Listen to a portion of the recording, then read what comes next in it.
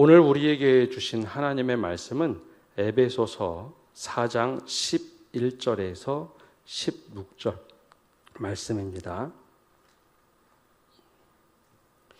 이제 하나님의 말씀을 봉독합니다. 그가 어떤 사람은 사도로, 어떤 사람은 선지자로, 어떤 사람은 복음 전하는 자로, 어떤 사람은 목사와 교사로 삼으셨으니 이는 성도를 온전하게 하여 봉사의 일을 하게 하며 그리스도의 몸을 세우려 하심이라. 우리가 다 하나님의 아들을 믿는 것과 아는 일에 하나가 되어 온전한 사람을 이루어 그리스도의 장성한 분량이 충만한 데까지 이르리니 이는 우리가 이제부터 어린아이가 되지 아니하여 사람의 속임수와 간사한 유혹에 빠져 온갖 교훈의 풍조에 밀려 요동하지 않게 하려 함이라. 오직 사랑 안에서 참된 것을 하여 범사에 그에게까지 자랄지라. 그는 머리니 곧 그리스도라. 그에게서 온몸이 각 마디를 통하여 도움을 받음으로 연결되고 결합되어 각 지체의 분량대로 역사하여 그 몸을 자라게 하며 사랑 안에서 스스로 세우느니라. 아멘. 7월, 8월 우리 2달 동안 신앙의 기초에 대해서 말씀을 나누는데 오늘은 주님의 몸된 교회에 대하여 함께 말씀을 나눕니다. 여러분, 교회를 어떻게 생각하십니까? 각자 교회에 대해서 생각하는 바가 있습니다. 그런데 우리만 교회에 대해서 생각하는 것이 아니라 우리 이웃들도, 우리 교회 울타리 밖 사람들도 교회에 대해서 가지고 있는 관념들이 있습니다. 종종 교회에 돈을 달라고 구걸하러 오는 분들이 계십니다. 우리 교회도 오고 제가 예전에 사역했던 교회도 여러분들이 오셨습니다. 그리고 이제 돈을 달라고 하시는데 이분들의 태도 중에 가끔은 너무 당당하게 맡겨놓은 돈 달라는 것처럼 돈을 달라고 하시는 분이 계십니다. 언젠가 한 번은 예전 교회에서 사무실에 가야 되는데 사무실이 닫혀있자 교육자실로 한 분이 찾아왔습니다. 돈을 달라고 하는데 마침 지갑에 돈이 얼마 없어서 1,000원짜리를 쥐어드린 적이 있습니다. 그래서 이분이 얼굴을 막 붉히면서 화를 냅니다. 이것 갖고 어떻게 하라고 하냐고, 밥도 못 먹는다고 막 화를 내십니다. 제가 막 당황하지는 않고 오히려 제가 그분께 이런 말을 드렸습니다. 적은 돈이라도 드리면 감사합니다라고 하셔야지 돈을 드린 사람에게 화를 내는 건 아닌 것 같다고 아주 단호하게 얘기하자 이분이 조금 당황하셨습니다. 그러면서 그분이 죄송하다고, 그래도 이거 갖고는 밥 못 사 먹는다고, 그래서 그거는 지금 이것밖에 없으니 다음에 오실 때는 주일에 오십시오. 주일에 오시면 예배드리고 밥은 교회에서 드릴 겁니다. 그래서 그분이 알겠다라고 하고 가셨죠. 그분이 생각하는 교회상은, 교회는 가서 구걸하면 늘 돈을 주는 곳, 그래도 적어도 사랑이 있는 곳이다라고 생각을 하셨던 것 같습니다. 우리 교회 인근에 있는 이웃들이 생각하는 교회, 가끔 이제 어려움이 있는데요. 교회에 와서 이 뒤쪽은 오랫동안 개방을 했기 때문에 마음대로 주차를 해도 된다라고 생각을 합니다. 그렇게 한동안 오랫동안 주차하도록 했죠. 그러다 보니 여기에 차를 대고 출근하는 분도 생겼고 또 무질서하게 차를 며칠씩 대는 분들도 계셨습니다. 한동안 또 잠시 정비를 위해서 딱 주차 공간을 막아놓자 동네 분들이 우르르 한번 몰려온 적이 있습니다. 우리 이렇게 마음껏 주차하게 하다가 그거 막으면 우리 어떻게 하느냐고. 교회가 우리 성도들을 위해서 이 주차장 확보를 할 때 많은 애를 썼습니다. 근데 그분들은 교회는 누구나 마음대로 써도 되는 곳, 그렇게 생각을 하는 것 같습니다.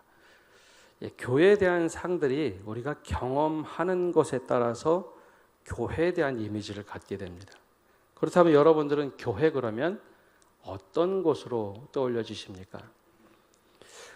많은 경우에 교회 그러면 건물이 먼저 떠올려집니다. 예배당이 떠올려지죠. 또 다른 것은 예배하는 곳, 그것이 떠올려집니다. 그런데 다른 세상의 모든 것들은 사람이 규정하고 사람이 이렇게 만들면 되겠다라고 생각하고 만들어냅니다. 근데 교회는, 그리고 하나님은 특별히 당신이 세상을 만드시며 이름을 가르쳐 주셨듯이 교회의 경우에는 교회는 이렇게 해야 된다. 예배는 이렇게 드려야 된다라고 하나의 규칙 혹은 본질에 대해서 말씀해 주셨습니다. 그래서 우리는 다양하게 교회를 만들 수 있고 교회의 여러 가지 모습을 띌 수 있지만 그 본질은 절대 잃어버려서는 안 됩니다. 만약에 우리 마음대로 교회를 만들기 시작하면 더 이상 그곳은 교회가 되지 않습니다. 왜냐? 하나님께서 기획하고 우리에게 알려주셨기 때문이죠. 그럼 성경은 교회에 대해서 무엇이라고 말을 할까요?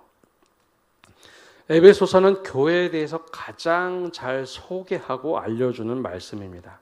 그 중에서도 우리가 읽은 본문의 말씀은 교회는 이래야 한다라고 알려주신 말씀입니다.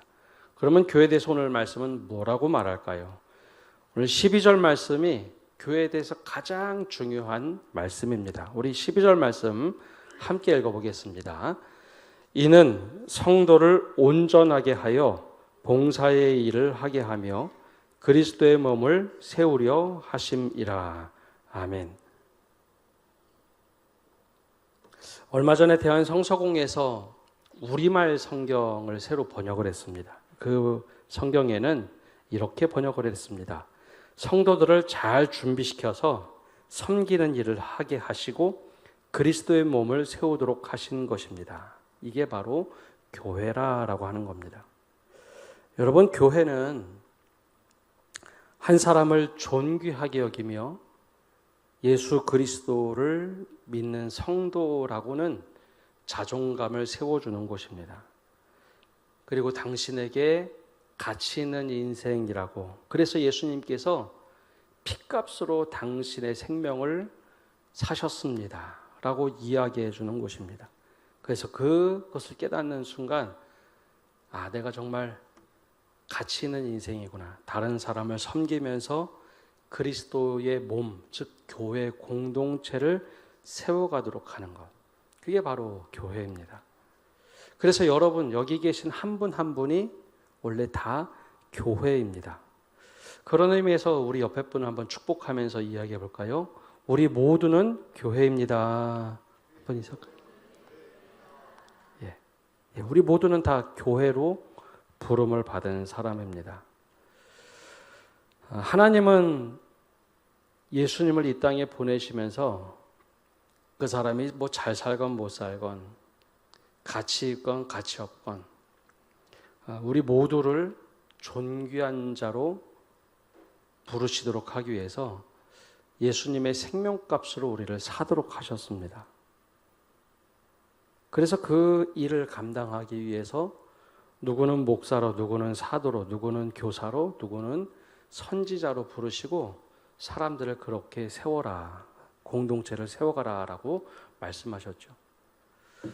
서로 여기 계신 분들은 다 다른 생각을 갖고 살아갑니다. 다른 삶을 살아갑니다. 그런데 예수를 믿는 순간 획일화돼서 이렇게 해야 돼, 그게 아니라 각자 다른 생각, 다른 삶을 살아가지만 적어도 나는 쓸모 있는 사람이구나. 예수님의 그 생명값으로 나를 살릴 만큼 존귀한 사람이구나. 그것을 깨닫도록 하는 것. 그래서 그것이 바로 우리가 온전해지는 과정입니다. 교회는요, 온전한 사람을 성도로 만드는 게 아닙니다. 사람들이 생각하기에는 별 볼 일 없다라고 하더라도 예수님이 생명값으로 우리를 사셨기 때문에 우리가 온전해지는 겁니다.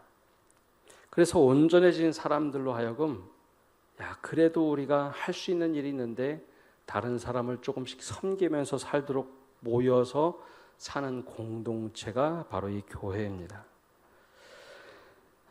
여러분, 세상은 사람을 쓸모로 평가합니다. 이 사람이 얼마나 가치가 있는가, 이 사람이 일을 얼마나 잘하는가. 회사에서 뽑아도 이 사람의 이력을 쭉 보면서 이 사람의 가치를 먼저 따집니다. 우리에게 쓸모가 있는지 없는지. 쓸모가 없으면 회사에 취직이 안 되죠. 학교에 들어갈 때도 점수로 계량화되어 있습니다. 그래서 사회 자체가 이 사람이 얼마나 잘 준비가 되었는가.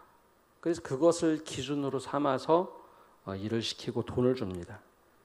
근데 거기에 자꾸 낙오가 되면 어느 순간에 특히 이제 청년들의 경우, 야, 내가 쓸모가 없는 사람인가 보다라고 생각을 하도록 만드는 사회죠. 근데 뭐 젊은이만 그럴까요? 어느 정도 나이가 들면 회사에서 퇴직하라고 압력을 넣습니다. 나이가 다 차지 않았는데. 그래서 우리 사회는 한동안 사오정이라는 이야기가 돌았죠. 40대, 50대가 되면 퇴직을 해야 되는 상황. 그러면 그때 또한 크게 낙심을 합니다. 나는 아직 할 일이 많은 사람인데, 마치 쓸모가 없는 사람처럼 사회가 그렇게 몰아냅니다. 나이가 돼서 은퇴를 하고 나면 그때도 또 한 번 충격이 오죠. 나는 아직 건강한데 일을 더 할 수 있는데 나이가 돼서 이렇게 일을 못 하는구나. 이 사회 구조 자체가, 특히 이제 우리 자본주의 사회는 사람의 가치를 돈으로 매깁니다. 이 사람이 나에게 이익이 되는가 안 되는가, 쓸모가 있는가 없는가. 근데 우리가 이곳에 너무나 쉽게 젖어서 살고 있죠. 근데 교회는 그런 곳이 아닙니다. 교회는 정반대입니다. 그런 사람, 뭐 세상에서 쓸모가 있냐 없냐 그건 중요하지 않고요. 그 사람에게 주님이 핏값으로 사셨기 때문에 그 사람을 하나님의 사람으로 온전하게 만드는 곳이 교회입니다. 그래서 목사가 필요하고 교육자가 필요한 겁니다. 사도 바울은 그렇게 얘기하죠. 사도나 선지자나 복음을 전하는 자나 목사가 해야 될 일이 있는데 성도를 온전하게 하라. 이게 완벽하게 하다라는 뜻을 가지고 있지만 여기서 말하는 바는 그 사람이 어떤 사람인지 상관이 없고 하나님이 존귀하게 여기는 사람이라고 깨닫도록 해라. 그게 바로 목회자가 하는 일입니다. 근데 여러분, 내가 쓸모없는 사람이라고 생각했는데 내가 정말 가치 있는 사람이라고 느끼는 순간 무엇인가 하고 싶은 생각이 듭니다. 그래서 오늘 말씀에는 우리를, 그 사람을, 성도를 온전하게 하여 잘 준비해서 다른 사람을 섬기도록 해라. 아니, 나 같은 사람이 무슨 다른 사람을 섬깁니까? 할 줄 아는 것도 없는데 아주 작은 일이든지 서로를 위해서 섬기도록 하고 그 공동체를 만드는데 그게 바로 신앙 공동체인 교회입니다. 세상과 다른 공동체를 한번 만들어 보아라. 사람들은 다 쓸모를 따질 때 여기는 쓸모를 따지는 게 아니라 내가 얼마나 존귀한 존재인지 깨닫도록 하고 예수님의 핏값으로 산 사람들이다. 그래서 그 가치 있도록 하고 그걸 깨닫게 한 뒤에 서로 섬기도록 하면서 만들어진 공동체가 바로 교회입니다. 이게 세상과 다른 모습이죠. 여러분, 이 말씀이 쓰여지던 시대는 로마 시대입니다. 그때는 계층과 계급이 너무나 뚜렷해도 너무나 뚜렷한 시대였습니다. 주인도 있고 종도 있던 시대, 노예도 있고 그걸 부리는 사람도 있던 시대입니다. 근데 이 시대에 예수를 믿는다는 것은 그런 계층과 계급이 교회 안에서는 무너진다라는 겁니다. 사람들은 그 당시에 계급이 있으면, 높은 직위에 있으면 노예를 부리던 상인을 부리던 너무나 당연한 시대였죠. 막 명령만 하면 됩니다. 그리고 계급이 낮으면 낮을수록 그 명령을 따라야만 하는 사람들이 살던 시대입니다. 그런데 예수를 믿으면 그 상관이 없다는 거죠. 맨날 명령만 듣던 사람들이 그게 아니라 내가 정말 하나님 앞에서 가치 있는 인생이다라는 것을 깨닫기 시작을 했습니다. 그래서 사람들은 고아와 과부들, 이 사람들을 조금 멸시하거나 혹은 죄인들, 귀신 들린 자들, 이 사람들은 아예 인간 취급하지 않았는데 예수님은 이 사람들과 늘 같이 하셨죠. 근데 예수님을 만났던 죄인들, 귀신 들린 자들은 하나같이 귀신이 떠나가고 죄에서 해방되었습니다. 아, 네, 괜찮은 사람이네. 주님 앞에만 가면 괜찮은 사람이 됐습니다. 그래서 그 사람이 온전해졌고 남들에게 늘 손가락질만 받던 사람들이 섬길 줄 아는 사람이 됐습니다. 그리고 하나의 공동체를 이루었죠. 그 중에 한 공동체가 제자 공동체였습니다. 근데 이 공동체가 예수님이 부활 승천하신 후에 교회로 바뀌어집니다. 그래서 교회 공동체는 사도행전에 보면 진짜로 별 볼 일 없던 사람들이 모여서 만들게 됩니다. 은혜를 받으니까 쓸모없는 사람이 아니라 가치 있는 사람이라고 생각이 되고 함께 모여서 서로 섬기고 신앙 공동체를 만들어 가죠. 그런데 이 사람들이 너무나 특이해도 특이한 겁니다. 어느 누구도 못하는 것들을 하는 사람들로 변해가죠. 그게 바로 교회의 공동체입니다. 그래서 교회는 섬기는 사람들이 많은 곳입니다. 지위가 높아서가 아니라 아무것도 아닌 우리를 사랑해 주셔서 내가 진짜 사람다운 사람이구나. 그래서 우리가 서로 섬기면서 만들어가는 것이 교회 공동체입니다. 그래서 섬기는 사람들이 많은 교회, 그런 교회가 건강한 교회입니다. 여러분, 교회에서 제일 많이 사용되어지는 곳이 어딜까요? 예배당처럼 생각이 되죠. 사실 주방. 사실 예배당은 예배 있을 때만 사용합니다. 주방도 많이 사용하죠. 근데 제가 이렇게 곰곰이 생각해 보니까 교회에서 제일 많이 사용되어지는 곳이 화장실입니다. 우리 교회 화장실은 개방되어 있기 때문에 수시로 밖에 있는 분들도 오시고 성도들도 기도하러 왔다가 화장실을 갑니다. 그러고 나서 보니 화장실 청소해도 1시간 뒤면 지저분해질 수밖에 없습니다. 여러분, 그러면 화장실에 대해서 여러분 어떻게 생각하십니까? 어떤 분은 화장실을 사용하면서 지저분하면 아유 너무 지저분하네 그러고서 화장실을 사용합니다. 어떤 분들은 화장실이 지저분하면 쓰고 나서 꼭 목회자한테 일러주는 분이 계십니다. 화장실 이거 지저분한데요. 무슨 얘기일까요? 목회자한테 청소하라는 얘기는 아니고 관리 집사님한테 좀 얘기 좀 해달라는 얘기입니다. 어떤 분들은 바로 관리 집사님한테 전화해서 빨리 이거 청소해달라고 하시는 분도 계시죠.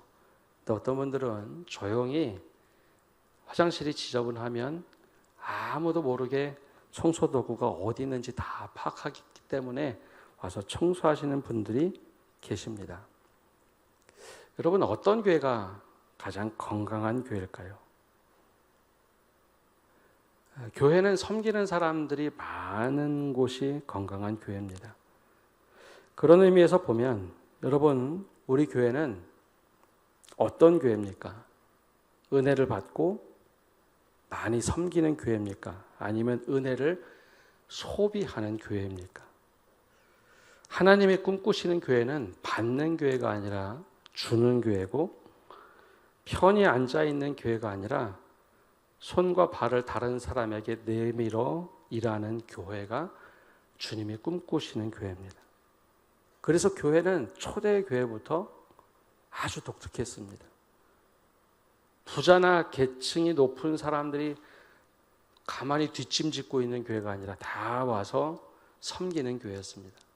아무리 자기가 사회에서 낮은 사람이라 하더라도 교회 오면 존중을 받는 교회, 그리고 누군가에게 섬김을 받고 자신도 섬기는 교회, 그게 바로 세상을 변화시킬 수 있는 아주 독특한 대한공동체인 교회였습니다. 우리 교회가 바로 이런 섬기는 분들이 많은 교회가 되기를 간절히 축복합니다. 근데 여러분, 이렇게 섬기는 교회가 늘 섬김으로 잘 유지가 될 수 있을까요? 쉽지가 않습니다. 매번 이렇게 살 수도 없고요. 그렇게 할 때 세상으로부터 오는 도전들이 참 많습니다. 뭘 그렇게 유난하게 사느냐, 뭘 그렇게 독특하게 사느냐라고 하는 거죠. 그래서 유들 유혹이 있기 마련입니다. 그러나 더 건강한 교회는, 하나님이 꿈꾸시는 교회는 그런 유혹에 흔들리지 않는 교회입니다. 여러분, 거센 바람이 불 때 혹시 숲에 들어가 보신 분들 계십니까? 산속의 깊은 숲에 들어가 보면 밖에 거대한 바람이 막 불고 폭풍우가 몰아쳐도 그 속에 소리만 요란하게 들리지 자기가 서 있는 곳에는 바람이 미미하게 불어옵니다. 더 빽빽하게 나무가 들어찬 숲일수록 바람이 작게 붑니다. 당연하겠죠. 거목들이 그 바람을 처음에 막아주기 시작합니다. 그리고 중간쯤 되는 나무들이 거대한 바람을 또 막고, 작은 나무들이 그 보호 속에 있습니다. 우리 키가 뭐 많이 커봤자 작은 나무에 견주어 볼 때는 작기 때문에 그 안에 들어가 있으면은 아주 미미한 바람만 불죠. 가끔은 바람이 엄청나게 세게 불면 그 바람을 막기 위해서 거목들이, 거대한 나무들이 몇 개는 쓰러지고 부러집니다. 그래도 그 숲은 뽑혀 나가지 않습니다. 거목들이 많고 나무가 많이 빽빽하게 심겨져 있을 수 있도록, 심겨질수록 이 숲은 거뜬하게 버티죠. 교회는 바로 이런 공동체로 이루어져 있는 교회입니다. 거센 유혹도 있고 이단의 도전도 있고 세상의 풍파가 막 몰려오지만 믿음으로 잘 서 있는 거목들이 잘 버티고 있는 교회들은 그렇게 크게 흔들리지 않습니다. 그때 준비되어야 될 것이 있죠. 오늘 말씀 13절과 14절에는 이렇게 말하고 있습니다. 우리 함께 읽어보겠습니다. 우리가 다 하나님의 아들을 믿는 것과 아는 일에 하나가 되어 온전한 사람을 이루어 그리스도의 장성한 분량이 충만한 데까지 이르리니, 이는 우리가 이제부터 어린아이가 되지 아니하여 사람의 속임수와 간사한 유혹에 빠져 온갖 교훈의 풍조에 밀려 요동하지 않게 하려 함이라. 아멘. 어린아이 신앙이 아니라 거목, 어른의 신앙, 즉 그리스도의 장성한 분량이 충만한 데까지 이르러야 하는데, 여기엔 두 가지가 필요합니다. 하나님의 아들, 즉 예수 그리스도를 믿는 것과 아는 일에 하나가 되어야 한다라는 거죠. 여러분, 진짜 그리스도의 분량이 충만한 데까지 이르기 위해서는 아는 것과 믿는 것이 하나가 되어야 성장하고 성숙하게 됩니다. 그래야 거대한 바람에 풍조에 밀리지 않게 되어 있습니다. 그러기 위해서 여러분, 주님을 알아가기 위한 얼마나 노력을 하십니까? 저에게는 갈망이 있습니다. 하나님을 조금 더 알고 싶어하는 욕심이 있습니다. 그래서 말씀도 보고 때로는 계속해서 신학책을 꾸준하게 읽으려고 노력을 합니다. 신대원 다니면 3년을 다니는데요. 보통 학생들이 그런 얘기를 합니다. 고등학교 4학년을 보낸 것 같다. 읽어야 할 책이 어마어마하게 많습니다. 그래서 그때 공부한 거 가지고 어떤 분들은 평생 목회를 합니다. 근데 제가 목회를 하다 보니 그것만 가지고는 부족하다라는 것을 늘 느낍니다. 지식을 쌓기 위해서 신학책을 읽는 게 아니라 신학자들의 고민을 엿보기 위해서입니다. 하나님을 알아가기 위해서 철저하게 고민했던 신학자들의 고민, 하나님을 알아가고 싶어 했던 열망을 가지고 있던 영성가들의 책을 읽다 보면 그들이 얼마나 하나님 앞에서 몸부림쳤는가를 경험하게 됩니다. 저도 계속해서 말씀을 보고 새롭게 깨닫는 것이 있습니다. 지금 우리 교회 새벽 기도는 성경 2번째를 읽고 있습니다. 5년 차가 되어서 성경 한 번 다 읽었고 이제 2번째 성경을 읽으면서 새벽 기도를 하고 있습니다. 그렇다면 여러분들을 떠올릴 때 하나님을 알아가고 싶은 열망이 얼마나 있으십니까? 교회 학교는요, 아이들이 교회 학교 다니며 예배를 드리고 그 짧은 시간이라도 성경 공부를 합니다. 때론 숙제도 냅니다. 그래서 이 말씀에 대해서 조금이라도 더 알죠. 근데 작년이 되면, 특별히 중고등부를 졸업하고 청년부를 벗어나면 여러분 성경을 교육하는 시간이 별로 없습니다. 우리 이번처럼 성경대학 상반기 하반기에 몇 주 정도, 사실 말이 몇 주지 1시간 아닙니까? 한 주에 1시간. 그 시간 갖고 하나님을 알아가는 지식이 있을까요? 저는 제자 훈련을 좀 오랫동안 해왔습니다. 우리 교회에서도 19년에 20년에 그리고 제자 훈련을 했습니다. 근데 제자 훈련을 하면 금방 압니다. 한 50명 이상 해보면 이렇게 해보니까 이 사람의 믿음이 어느 정도인지 금방 알아차립니다. 우리 교회 이야기를 하면 이제 수군될 테니 옥하는 목사님이 살아계실 때 제자 훈련에 대한 이야기를 하신 적이 있습니다. 제자 훈련을 교회에서 처음 개척해서 하는데 많은 사람들이 따라오기도 하고 못 따라오기도 하고, 그런데 이제 직분을 처음으로 줘야 하는데 교회에서 가장 유력한 장로 후보가 되시는 분의 믿음이 늘 헷갈리더라는 겁니다. 그래서 어느 날 그 집을 신방을 가서 그 집사님과 얘기하는데, 그럼 그렇지, 이분의 구원의 확신이 흔들리는 겁니다. 예수님은 믿을 수 있겠지만 부활하신 예수님은 믿을 수 없다라고 하는 신앙이었죠. 그래서 이분을 잡고 며칠 동안 그분 잡고 씨름했던 이야기를 하신 적이 있습니다. 여러분, 하나님을 아는, 하나님의 아들을 아는 지혜가 있어야 합니다. 그것과 믿음이 하나가 되어야 우리 믿음이 성장을 하고 흔들리지 않습니다. 근데 목회자들의 고민 중에 하나는 성도들이 얼마나 하나님의 아들을 믿는 믿음과 아는 지식이 있는가, 성도들이 가지고 있는가, 그게 늘 고민이 있습니다. 여러분, 하나님을 알고 싶어서 얼마나 갈망을 가지고 살아가십니까? 일주일에 한 번 예배드리는 시간을 가지고 우리가 하나님을 얼마나 알아갈 수 있을까요? 믿음만 많고 하나님을 아는 지식이 없으면 믿음이 왜곡되기 쉽습니다. 하나님의 아들을 아는 지식, 즉 알면 되다니 많은데 믿음이 없으면 그것은 믿음이라고 하지 않습니다. 믿음이 자라지 않죠. 그렇게 되면 믿음이 쉽게 흔들립니다. 누가 이런 얘기를 하면 그 이야기가 맞는 것 같고, 누가 유혹을 하면 그 이야기에 쉽게 빠져가고, 온갖 교훈과 사상에 밀려 요동하지 않아야 하는데, 그런 어른들이 곳곳에 여러분들이 계셔야 사람들이 헷갈리면 그분들에게 찾아가 묻고, 이거 이렇게 하는 거야, 이 아름드리 나무가 되어서 붙잡아 주셔야죠.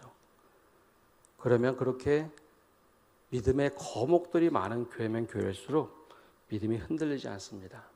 언젠가는 그 거목이 고목이 돼서 쓰러지는 날이 있겠죠. 그럼 그 옆에 또 다른 거목들이 자라게 되어 있습니다. 믿음 생활 저렇게 하는 것이구나. 그래서 사도 바울은 교회 공동체, 즉 교회를 이야기할 때 세상의 풍조에 온갖 교훈과 간사한 유혹에 흔들리지 않기 위해서 하나님의 아들을 믿는 것과 아는 것이 하나가 된다. 하나가 되어야 한다. 그리스도의 장성한 분량에 충만한 데까지 자라야 한다라고 이야기합니다. 그래야 흔들리지 않기 때문이죠. 여러분, 간절히 바라기는 우리 교회에 이런 믿음의 거목들이 많이 세워지기를 바랍니다. 그러기 위해선 하나님을 알아가기 위한 갈망함이 있어야 합니다. 내 믿음에 대한 갈망함, 이 두 가지가 하나가 되어서 예수님 장성한 분량에 충만한 데까지 이르러야 합니다. 이런 분들이 많이 일어나는 우리 교회가 되기를 바랍니다. 마지막으로 이렇게 살아가는 방법은 사랑 안에서 참된 것을 하는 일입니다. 15절에 이렇게 말씀을 하고 있습니다. 우리 15절 말씀 함께 읽어보겠습니다. 오직 사랑 안에서 참된 것을 하여 범사에 그에게까지 자랄지라. 그는 머리니 곧 그리스도라. 16절 말씀도 함께 읽어보겠습니다. 그에게서 온몸이 각 마디를 통하여 도움을 받음으로 연결되고 결합되어 각 지체의 분량대로 역사하여 그 몸을 자라게 하며 사랑 안에서 스스로 세우느니라. 아멘. 하나님께 인정받고 섬김을 하며 교회 공동체를 이루어가는 사람들, 더 나아가서 믿는 것과 아는 것이 하나가 되어서 그리스도의 장성한 분량대로 성장하는 믿음은 이제는 사랑 안에서 참된 것을 말하는 겁니다. 참된 것을 하는 것. 이번에 대한성서공회에서 우리말 성경이라는 것을 번역을 했습니다. 근데 그 우리말 성경을 보면 15절을 이렇게 번역을 했습니다. 우리는 사랑 안에서 진리를 말하면서 모든 면에서 그분한테까지 자라가야 합니다. 여러분, 교회에서 가장 중요한 것은 사랑 안에서 행하되 진리를 행하는 겁니다. 그런데 이 둘 중에 하나가 부재하면 이상해져 버립니다. 우리 아이들 키울 때 그런 얘기 많이 하죠. 사랑이 넘치는 아이들, 사랑받는 아이들. 근데 여러분, 사랑만 받으면 어떻게 될까요? 사랑만 있고 진리가 없는 훈육은 아이를 망치게 합니다. 잘못해도 사랑을 듬뿍 주고 잘했어, 괜찮아, 다음엔 잘할 거야. 그러면 아이를 망치게 되어 있습니다. 여러분, 진리만 있고 사랑 없이 혼내기만 하는 것도, 그런 훈육도 아이를 다치게 합니다. 사랑을 받지 못하는 아이들은 진리라는 날카로운 칼을 제대로 쓸 줄 모르기 때문이죠. 본인이 다치게 되어 있습니다. 믿음이라고 하는 것은 신앙 공동체 안에서 사랑 안에서 진리로 살아가도록 하는 것. 서로가 사랑으로 보듬을 땐 보듬 때 진리에 어긋난 것은 이거 잘못됐다라고 서로 이야기해 주는 공동체. 이게 바로 하나님께서 꿈꾸시는 새로운 공동체입니다. 왜 하나님께서 꿈꾸시는 새로운 공동체라고 말하느냐? 여러분, 세상은 사람을 자꾸 쓸모로 따집니다. 그리고 진리보다는, 사랑보다는 이익을 먼저 앞세우죠. 근데 우리는 그렇게 해서는 안 된다는 거죠. 진리가 우선하고 사랑이 우선하는 곳이 교회 공동체여야 한다는 겁니다. 그래서 우리가 이 안에서 이걸 배우고 세상에서도 한번 그렇게 살아보는 겁니다. 이렇게 살 수 있다고 이야기해 주는 것. 내가 있는 곳에서 그렇게 살아낼 수 있다고 이야기해 주는 것. 그래서 교회는 이것을 아주 깊이 맛보아야 합니다. 사랑으로 살 수 있구나. 진리를 가지고 살 수 있구나. 그리고 교회 예배 끝나고 나서도 가정에서, 그리고 밖에서 한번 이렇게 살아내보는 겁니다. 그래서 세상이 아무리 망가지고 깨졌어도 로마서 말씀처럼 하나님의 말씀대로 살다 보면 그곳이 하나님의 나라가 되는구나. 이게 바로 교회의 공동체입니다. 여러분, 이 말씀을 들으면 사실 가슴이 뛰어야 됩니다. 그게 진짜 된다고? 바로 나로부터 한번 해보자. 우리 교회에서 해보자. 그게 하나님이 꿈꾸시는 새로운 공동체 교회입니다. 이 은혜가 우리에게 차고 넘치기를 여러분 간절히 바랍니다. 그럴 때 우리가 서 있는 곳이 하나님의 나라를 맛보는 곳이 될 것입니다. 우리 다 함께 찬양하고 기도하겠습니다. 우리 다 함께 일어나셔서 찬양하겠습니다.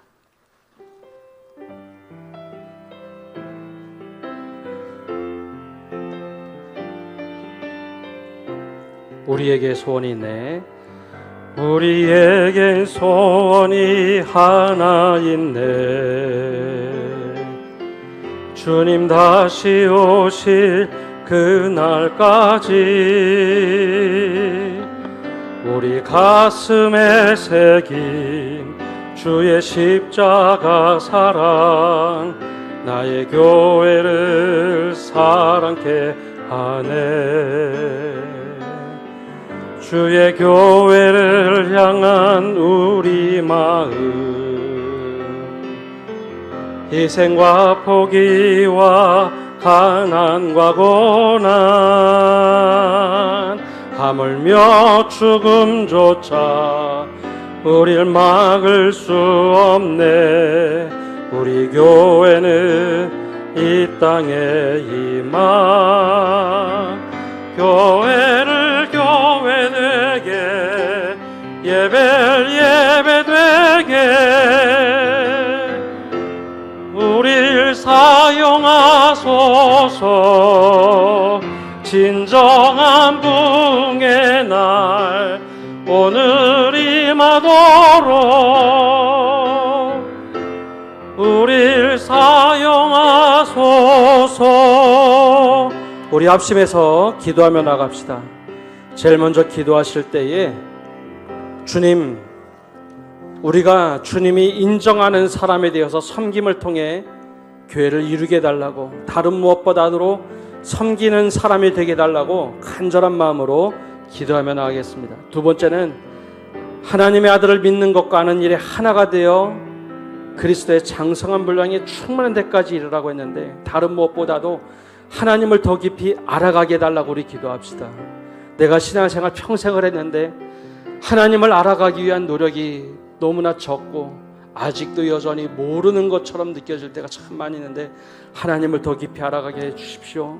하나님을 더 갈망하게 해달라고 우리 기도합시다. 마지막으로 사랑 안에서 참된 것을 하며 그에게까지 잘할지라라고 하셨는데, 주님, 사랑 안에서 진리를 말하며 살아갈 수 있는 저희가 되게 해달라고 간절한 마음으로 이 세 가지 기도 제목을 가지고 합심해서 기도하겠습니다. 하나님 아버지, 이 시간 기도하며 나갑니다. 우리에게 은혜 내려주시기를 원합니다.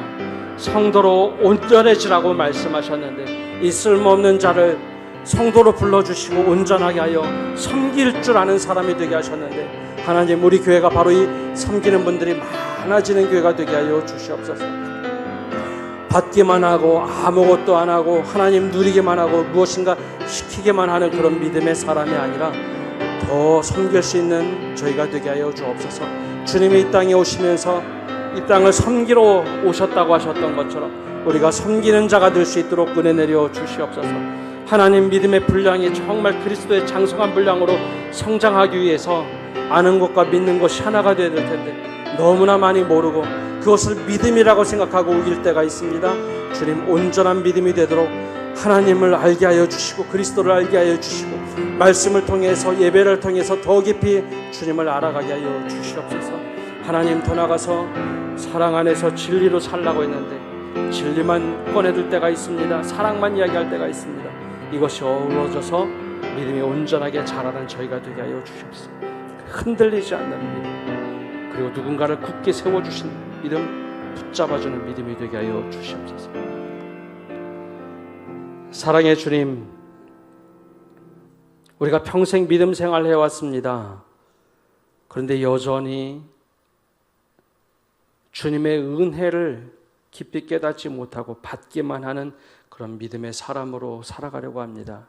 주님, 우리를 온전케 하셨으니 섬기는 사람이 되게 하여 주시고 공동체를 위해서 헌신하는 저희가 되게 하여 주옵소서. 우리 교회 안에 섬기는 분들이 많아지게 하여 주시옵소서.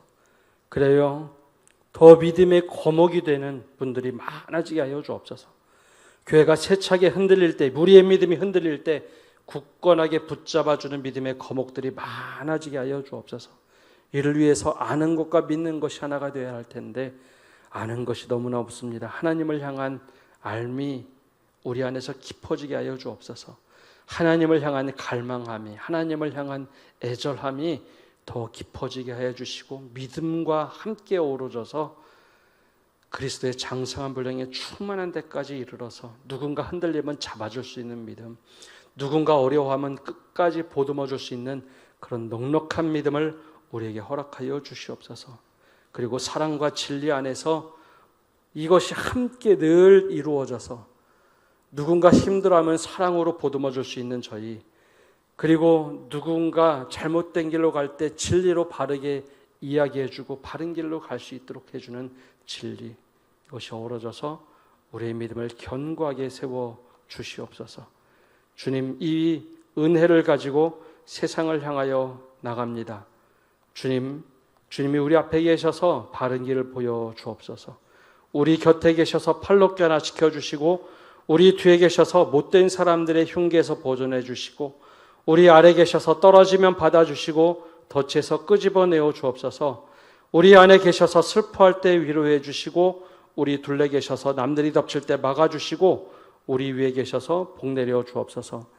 이제는 예수 그리스도의 은혜와 아버지 하나님의 크신 사랑과 성령님의 교통하심과 위로하심이 오늘 예배를 드리는 모든 성도들 위해, 온라인으로 예배 참여하는 모든 믿음의 권속들 위해, 그리고 이 땅 위에 이제로부터 영원까지 함께 하시기를 간절히 축원하옵나이다. 아멘.